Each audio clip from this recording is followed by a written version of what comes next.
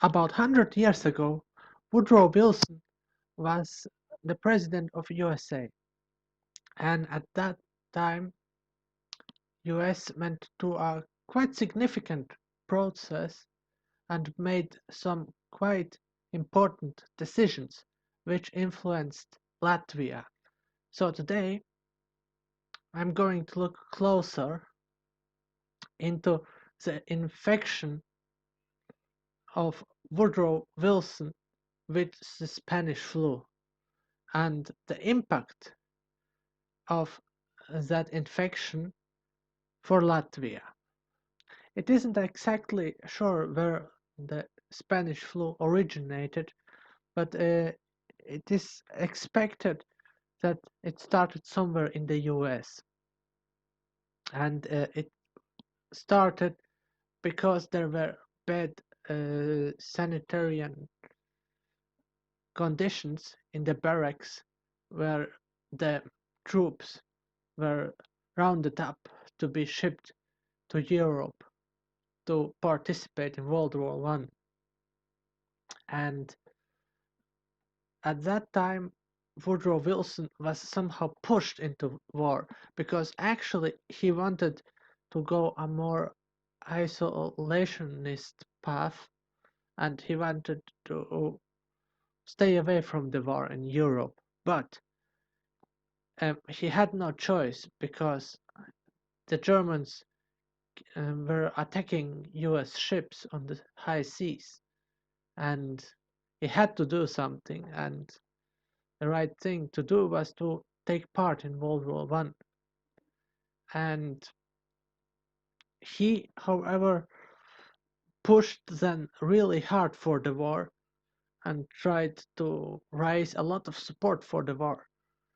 And there was a lot of to do because he was actually elected before that because he was against the war. So he had to work hard and he put into action a press censor.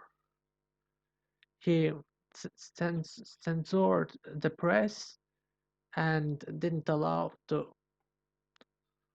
publish all the opinions which people had, especially not those which were seen as against war. And that was pretty much everything what was negative about USA. And so reporting on Spanish flu was suppressed.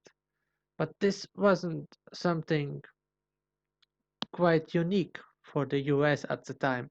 Other countries had this system also in action. And the disease is called Spanish flu because Spain was a country which wasn't at war and they had open press, and so they reported on it, and from their media the entire world really understood that there is a global pandemic going around. And the USA, and especially Woodrow Wilson, didn't act so wisely in the first place by going really the stay out of war path because they could have prepared earlier, and they could have avoided such draconic measures like basically destroying free press. It wasn't a wise move, it was a push too far. So they were at the one extreme where they completely stayed out of war and were totally against war, and then they were forced to go to the other extreme and have a high motivation for the war to win the war. And this proved to be quite difficult, and that's why the Spanish flu really badly affected the entire world. And when Woodrow Wilson was in Versailles after the war and took part in the peace talks in 1919. Then he catched himself the Spanish flu. Due to his legislations, due to his political ideas, the press was oppressed, they couldn't report freely, and the Spanish flu could spread. And now it came like bad karma back to him, and he catched a disease. But he didn't die from the disease. And during the peace talks, there were like an opposition between the French and the British. The British wanted a softer peace, and the French wanted a more hard peace for Germans and wanted to gain a lot from the peace treaty because France suffered really badly from the war. They lost a lot of manpower. It was reasonable that France wanted to take some territories from Germany and that they wanted to gain also a lot of assets and wanted high reparations because they had suffered very badly. But the point is that the Americans were able to pursue France towards a softer stance, and they actually wanted to do that. They wanted to create a working League of Nations.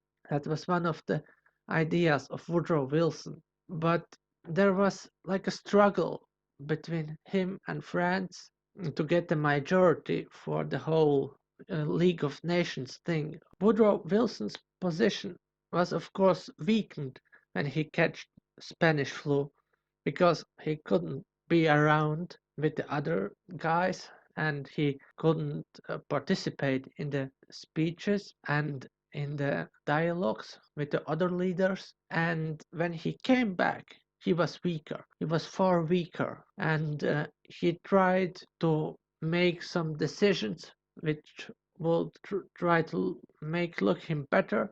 But these tries, they failed. So he, for example, wanted to leave the peace talks with a ship, but the French really didn't fall for it. Woodrow Wilson was tired of the long peace talks and with the long negotiations with the French, and so he just gave up and allowed the French to have their way in the peace treaty of Versailles. And this had, I think, maybe some advantages for Latvia and maybe some disadvantages. Somehow, I think that Latvia thanks its existence to Woodrow Wilson's Spanish flu infection. Because if Germany could have saved its face, the League of Nations would be a stronger organization and the Germans will be more motivated to accept the conditions willingly. And that would have motivated them to remove their troops from Latvia towards Germany very quickly.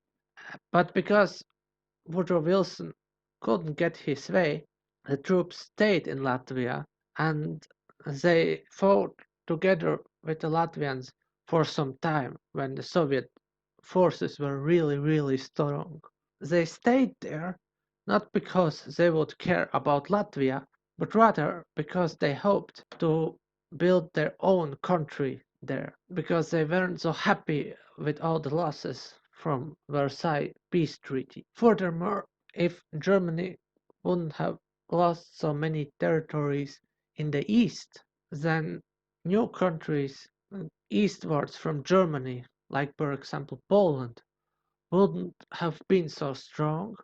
They would have less industrial capabilities and they wouldn't be such strong allies for Latvia in the War of Independence.